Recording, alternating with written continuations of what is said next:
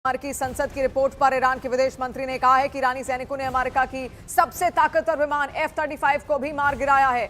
तो आप ये रिपोर्ट यहां पर देख रहे हैं जिसके हवाले से खबर है ईरान युद्ध में जो नुकसान यहां पर अब तक हुआ है 42 विमानों का नुकसान अमेरिका यहां पर उठा चुका है। अमेरिकी संसद की रिपोर्ट में खुलासा यहां पर बाकायदा किया गया जब डिटेल्स यहां पर मांगी गई अन्य सांसदों की ओर से। और अमेरिका कांग्रेस की रिपोर्ट के अनुसार ईरान के खिलाफ ऑपरेशन एपिक फ्यूरी में अमेरिका ने अब तक कम से कम 42 विमान खोए हैं। अमेरिकी संसद की रिपोर्ट पर ईरान के विदेश मंत्री ने कहा कि ईरानी सैनिकों ने अमेरिका के सबसे ताकतवर विमान F-35 को भी मार गिराया है। तो देखिए ईरान का भी रिएक्शन इस पर बाकायदा सामने आ जाए। ईरान ये कह रहा है कि इसमें सबसे ज्यादा F-35 हैं।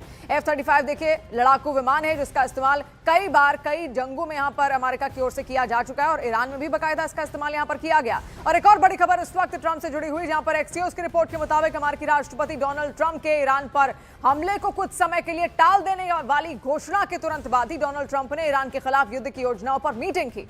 एक्सियोस को 2 अमेरिकी अधिकारियों ने बताया कि राष्ट्रपति ट्रंप ने सोमवार शाम को अपनी शीर्ष राष्ट्रीय सुरक्षा टीम के साथ ईरान पर एक बैठक बुलाई है।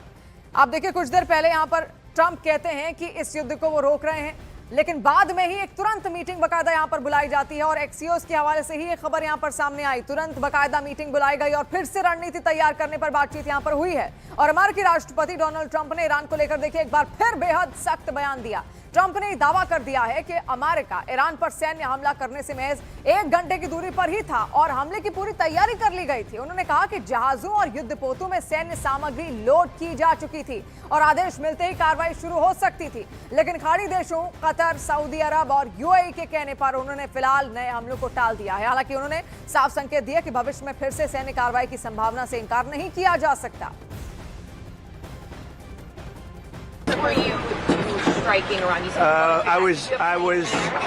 I was an hour away.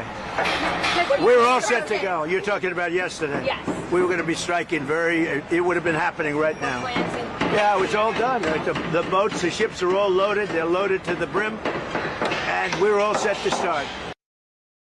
You know, we're negotiating with Iran, and then you have the Democrats, I call them the Democrats, putting in a bill that Trump should immediately stop. You know how it is to negotiate with a country where you're beating them badly? They come to the table, they're begging to make a deal, because they're begging to make a deal. I hope we don't have to do the war, but we may have to give them another big hit. We may have to give them another big hit. I'm not sure yet. You'll know very soon.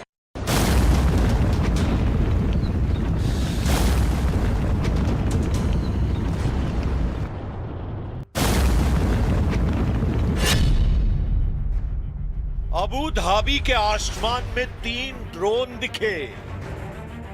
2 drone को UAE के defence system ने ढेर कर दिया, लेकिन तीसरा drone फट गया। ये ड्रोन धमाका बराका परमाणु प्लांट पर हुआ। धमाके के बाद एटवी सेंटर के बिजली जनरेटर में आग लगी।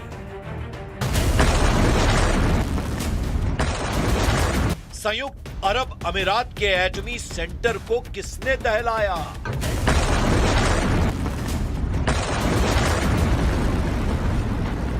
क्या ये ईरान है या फिर कोई और? यूएई ने ऐलान किया है कि उसे बदला लेने का पूरा अधिकार है, लेकिन वो बदला लेगा किस? क्योंकि हमला किसने किया है इसकी कोई जानकारी अब तक नहीं दी गई है, मगर शक सिर्फ ईरान पर है, क्योंकि ईरान ने अमेरिका, इजराइल के बाद सबसे ज्यादा यूएई को पीटा है। युद्ध के दौरान ईरान ने 2800 से ज्यादा ड्रोन और मिसाइल्स यूएई पर हमले किए हैं।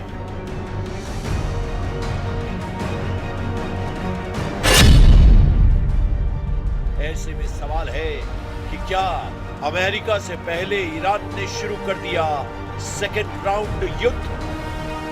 सुपर पावर को ओमान सागर में पीटेगा रेवोल्यूशनरी कमांडर रेजाई।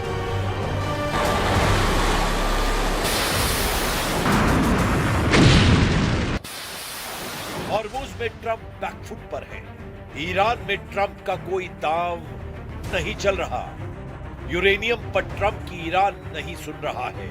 ईरान ने क्लियर कर दिया है कि कतर वॉर गेम में सबसे सॉलिड प्लेयर बन चुका है।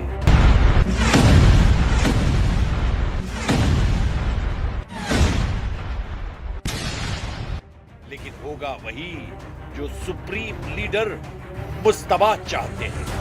ईरान ने अपनी प्लानिंग तेज कर दी है। ईरान कई मोर्चे पर हमले शुरू कर चुका है।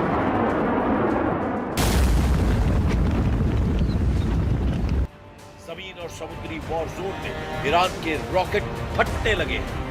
इराक के कुर्दिस्तान में ईरान ने भयानक हमला किया है। रेवोल्यूशनरी लड़ाकों ने दावा किया है कि कुर्दिस्तान में अमेरिका और इजराइल से जुड़े समूहों पर हमला किया गया है। ISNA समाचार एजेंसी की रिपोर्ट के मुताबिक अमेरिका से हथियारों और गोला बारूद की एक बड़ी खेप को हमले में तबाह कर दिया गया। दूसरी तरफ अमेरिका ने अभी हमले को टाल देने का ऐलान कर दिया है। आखिर ट्रंप ईरान पर हमला क्यों नहीं कर पा रहे? सिर्फ खाड़ी देशों के कहने पर उन्हें अपना प्लान बदलना पड़ा है। ये बात इजराइल को हजम नहीं हो रही है, जबकि ट्रंप ने बताया है कि उन्हें कतर के प्रधानमंत्री अल थानी ने ईरान से समझौता कराने का वादा किया है। कतर के साथ ट्रंप को सऊदी अरब और UAE ने डील फाइनल कराने की गारंटी दी है। So I was called by these three countries plus others, and they're dealing directly with our people and right now Iran, and there seems to be a very good chance that they can work something out. If we can do that without bombing the hell out of them, I'd be very happy. जिन देशों के वादे पर Trump ने हमला रोका है, उन्होंने Trump से हमले के बाद होने वाले नुकसान का जो अनुमान लगाया है, उसने अमेरिका के होश उड़ा दिए हैं।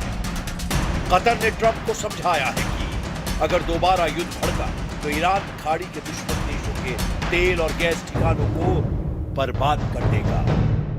एक्सियोस के मुताबिक ट्रंप ने जब सऊदी अरब और UAE के लीडर से फोन पर बात की तो उन्होंने भी गैस और तेल ठिकाने के बर्बाद होने की दुहाई दी। ट्रंप को खाड़ी देशों ने इससे भी खतरनाक हमले से आगाह किया। वो अमेरिका सैन्य एक्टों से जुड़ा है, जिसमें कहा गया है कि ईरान इस बार सभी US बेस को टारगेट पर ले चुका है। और देखिए, अमेरिकी उपराष्ट्रपति JD वैंस ने ईरान के परमाणु कार्यक्रम को लेकर एक बड़ा बयान भी दिया। JD वैंस ने कहा कि ईरान कभी भी परमाणु हथियार नहीं हासिल कर सकता, क्योंकि यह अमेरिका के लिए रेड लाइन है। उन्होंने कहा कि अगर ईरान परमाणु हथियार हासिल करता है तो दुनिया भर में परमाणु हथियारों की दौड़ शुरू हो सकती है, जो अमेरिका की सुरक्षा के लिए बेहद खतरनाक होगी। हालांकि वैंस ने यह भी कहा है कि ईरान डील करना चाहता है, लेकिन अंतिम समझौते पर उसका रुख क्या होगा, यह अभी साफ नहीं है। What I think is that the Iranians recognize that a nuclear weapon is the red line for the United States of America, that they've internalized that, but we're not going to know until we're actually putting pen to paper on signing a deal. We've had a lot of drafts, a lot of pieces of paper going back and forth, but I will not say with confidence that we're going to reach a deal until we're actually signing a negotiated settlement here. And I think that it's ultimately up to the Iranians whether they're willing to meet us, because I think we're certainly doing a good job and we're certainly negotiating in good faith. और युद्ध से जुड़ी एक और बड़ी खबर आप तक पहुंचाते हैं, जहां पर युद्ध के मुद्दे पर ट्रंप की पार्टी के सांसदों में दरार के संकेत भी देखने लगे हैं। ट्रंप की पार्टी में भी अब एक धड़ा युद्ध को महंगा और अनावश्यक मानने लगा है। युद्ध जारी रखने के फैसले पर अब सिर्फ डेमोक्रेट ही नहीं, बल्कि कुछ रिपब्लिकन सीनेटर भी विरोध में आ गए हैं। पेट्रोल डीजल की कीमतें बढ़ रही हैं, महंगाई और टैक्स के पैसे युद्ध में खर्च होने से लोगों में असंतोष बढ़ रहा है। सीनेट का यह कहना है कि राष्ट्रपति अकेले लंबे युद्ध का फैसला नहीं कर सकते, कांग्रेस की मंजूरी यहां पर जरूरी है। और देखिए, अमेरिका ने स्ट्रेट ऑफ हॉर्मुज को लेकर एक वीडियो भी जारी किया, जिसमें अमेरिकी नाकेबंदी को पूरी तरह से लागू करने का दावा किया गया है। यूएस का दावा है कि फिलहाल ईरानी बंदरगाहों से आने जाने वाले कमर्शियल मूवमेंट पूरी तरह से बंद है। ये वीडियो आप यहां पर देखिए। अमेरिका ने स्ट्रेट ऑफ हॉर्मुज को लेकर ये वीडियो जारी किया, जिसमें अमेरिकी नाकेबंदी को पूरी तरह से लागू करने का दावा किया गया है। यूएस का यह भी दावा है कि फिलहाल ईरानी बंदरगाहों से आने जाने वाले जितने कमर्शियल मूवमेंट्स हैं पूरी तरीके से यहां पर बंद हैं। देखिए, यही स्ट्रेट ऑफ हॉर्मुज है जो लगातार बहुत बड़ा वजह यहां पर बना हुआ है अमेरिका और ईरान के बीच तनाव का, क्योंकि ये खुल ही नहीं पा रहा।